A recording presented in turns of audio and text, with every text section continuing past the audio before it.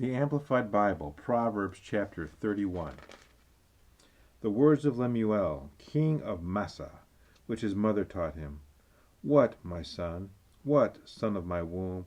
What shall I advise you, son of my vows and dedication to God? Give not your strength to loose women, nor your ways to those who and that which ruin and destroy kings. It is not for kings, O Lemuel, it is not for kings to drink wine, or for rulers to desire strong drink, lest they drink and forget the law and what it decrees, and pervert the justice due any of the afflicted. Give strong drink as medicine to him who is ready to pass away, and wine to him in bitter distress of heart. Let him drink and forget his poverty, and seriously remember his want and misery no more.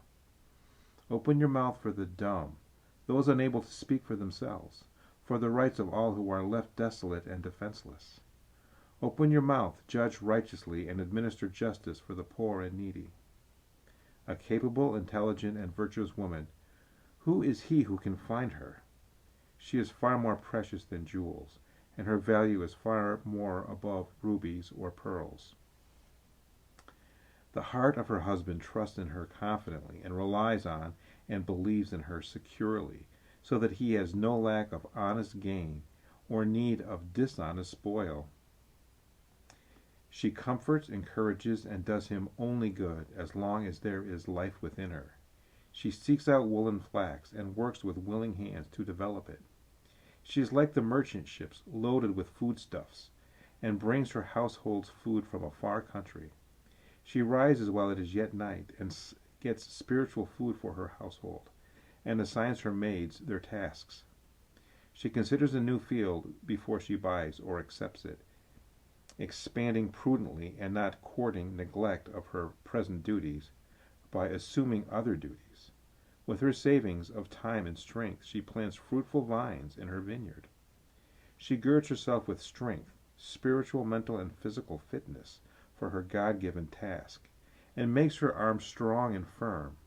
She tastes and sees that her gain from work, with and for God, is good.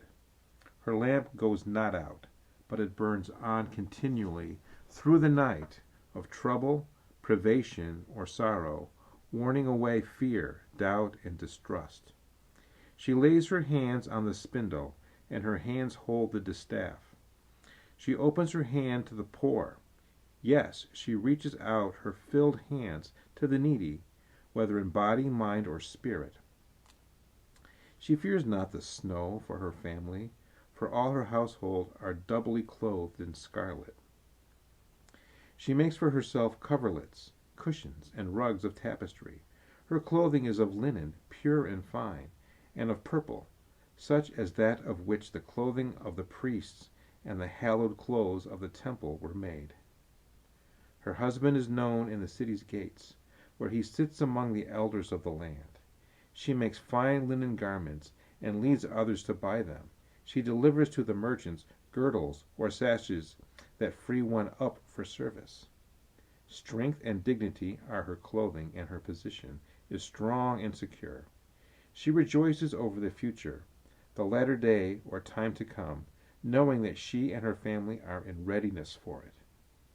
She opens her mouth in skillful and godly wisdom, and on her tongue is the law of kindness, giving counsel and instruction.